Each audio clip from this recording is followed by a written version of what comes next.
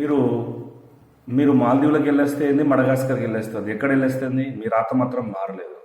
మీరు chill out అయ్యి వచ్చారు, ఆ తర్వాత ఐపీఎల్ నుంచి ఫుల్ అవుట్ అయిపోయారు.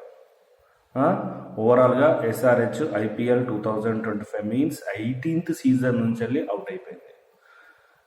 ఒక మిగతా ఇంకా 4 మ్యాచ్లు ఆడాల్సి ఉంది ఎస్ఆర్హెచ్. దీనితోటి ఇప్పుడు ఏమవుతుందంటే తెగించిన వాడికి ఏదో అన్నట్టు మొత్తానికి భయం లేకుండా, ఏమాత్రం సంకోచం లేకుండా ఫుల్గా ఆడేస్తారు. దీనివల్ల ఏమవుతుందంటే మిగిలిన మ్యాచ్లలో మిగిలిన టీంలలో తలరాత మారిపోతుంది.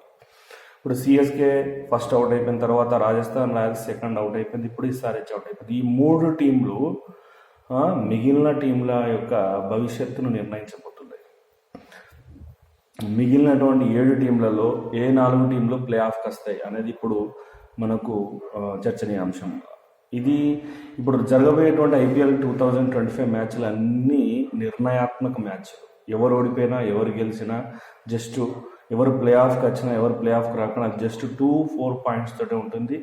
ఆఫ్ కోర్స్ కొన్నిసార్లు రన్ రేట్ కూడా నిర్ణయించవచ్చు. నేను ఇదివరకు చెప్పినట్టు ఇప్పుడు మళ్ళీ చెప్తున్నాను, ముంబై ఇండియన్స్ ఆల్రౌండర్ షో చేస్తోంది. దానివల్ల ఏమవుతుంది అంటే ముంబై ఇండియన్స్ రన్ రేటు పెరిగిపోతుంది. +1 పాయింట్ సంథింగ్ ఉన్న ఒక్కగానొక్క టీం ఏంటిదన్నా ఉన్నది అంటే అది ముంబై ఇండియన్స్.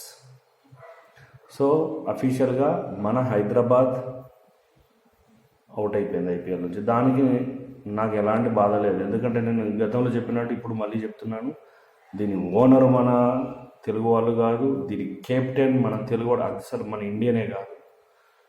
ఇందులో ఆడుతున్నటువంటి ప్లేయర్స్ కూడా అంటే ఎక్కువ ఇంపార్టెన్స్ ఉన్న ప్లేయర్స్ కూడా మన ఇండియన్స్ కాదు.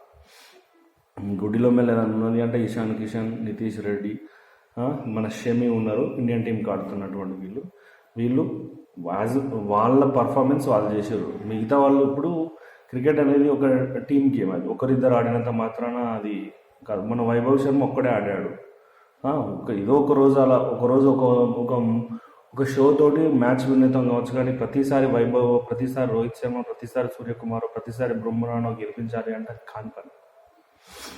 సో ఈ వైఫల్యం నుంచి ఏది మనం ఫుల్గా ఫైనల్కి పోతుంది, కప్పు కొడుతుంది అని హైదరాబాద్ ఊహించినటువంటి ఈ టీము ఈ వైఫల్యం నుంచి ఏం నేర్చుకుంటుంది, నెక్స్ట్ సీజన్కి ఎలా బరిలోకి దిగబోతుంది అనేది ఇంట్రెస్ట్ థింగ్. ఓకే, మిగిలిన 4 మ్యాచ్లలో మన ఎస్ఆర్హెచ్ ఏ షో చేయబోతుందో లెట్స్ వెయిట్.